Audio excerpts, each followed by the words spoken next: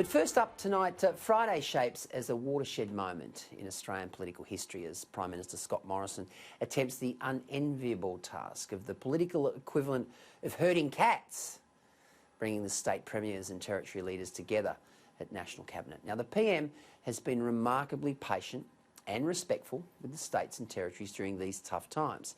He's tried the consensus route, and early on in the life of the National Cabinet, as we bonded to flatten the national curve, it worked. But then politics got in the way.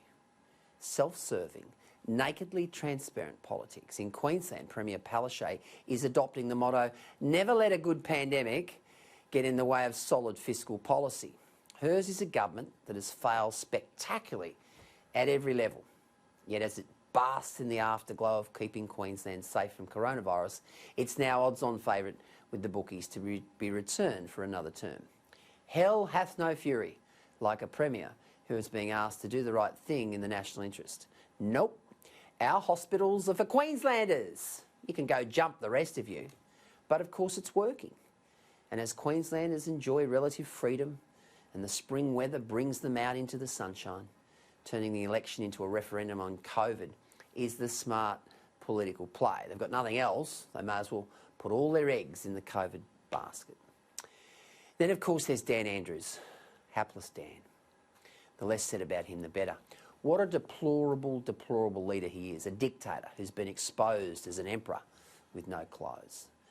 Victorians voted for him en masse at the last election. And there's an old saying, reap what you sow. Which, of course, brings us to Friday. There will be no consensus on opening the borders and getting the economy up and running. It's in Palaszczuk's interest to be thumbing her nose at Canberra, straight out of the Joh Bjelke-Petersen playbook. Queenslanders love a good blue with Canberra in authority.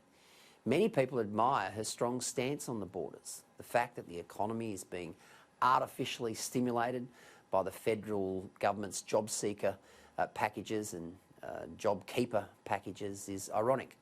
But there's an election to be won on October 31, and in Australia, well, we need an economic roadmap, that's for certain, which includes certainty around borders. But just don't hold your breath. This pandemic will go down in history as the catalyst for real change during times of national crisis. The states and territories have their own agendas, their own policies, and woe betide anybody that gets in the way, not least of whom is the Prime Minister.